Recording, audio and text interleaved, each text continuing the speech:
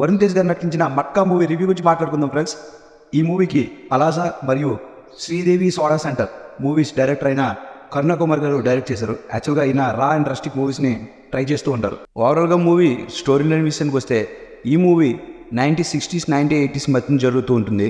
ఒక కూలీ అనుకోకుండా జైలుకి వెళ్ళడం, ఆ జైలుకి వెళ్ళిన తర్వాత డబ్బు సంపాదన తన ప్రధాన మార్గంగా అనుకోవటం, డబ్బులోకి వెళ్ళిన ఆయన తన లైఫ్ స్టైల్ ఎలా మారు అలాగే స్టోరీ లైన్ ఫ్రెండ్స్. ఈ మూవీ పాజిటివ్ విషయానికి వస్తే జీవి ప్రకాష్ గారు ఇచ్చిన బ్యాక్గ్రౌండ్ స్కోర్ 90s 80sని చాలా కళ్ళకు కట్టేటట్లుగా మనకి కరుణ కుమార్ గారు చూపించారు. తను ఏం చెప్పాలనుకుంటున్నారో అదే పాయింట్ని పట్టుకొని చివరి వరకు ఎక్కడికి డీవియేట్ అవ్వకుండా చాలా నీట్గా చూపిస్తారు.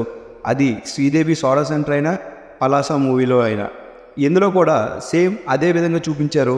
ఈ మూవీలో వరుణ్ తేజ్ గారి పెర్ఫార్మెన్స్ అయితే అల్టిమేట్గా ఉంది. కేజీఎఫ్, పుష్ప ఇలాంటి మూవీస్లో ఒకతను ఏ విధంగా లో నుండి హై వరకు వచ్చాడు, చివరికి ఏం చేశాడు అనేది ఏ విధంగా చూపిస్తారో ఈ మూవీలో కూడా అలానే ఒక డబ్బు సంపాదించాలి అనుకునే ఒక వ్యక్తి ఏ విధంగా ఏ స్థాయికి చేరుకున్నాడు అనేది చూపించడం జరుగుతుంది. ఆ మూవీస్లో ఏ విధంగా అయితే బ్యాక్గ్రౌండ్ స్కోర్ అయితే మంచిగా వర్కౌట్ అయిందో ఈ మూవీలో కూడా బ్యాక్గ్రౌండ్ స్కోర్ అనేది మంచిగా వర్కౌట్ అయింది.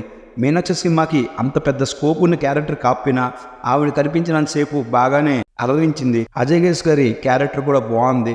సినిమా సెకండ్ హాఫ్ కొంతవరకు స్లోగా అనిపించినప్పటికీ ఓవరాల్గా మూవీ అయితే మాత్రం ఒకసారి థియేటర్కి వెళ్ళి చూడొచ్చు.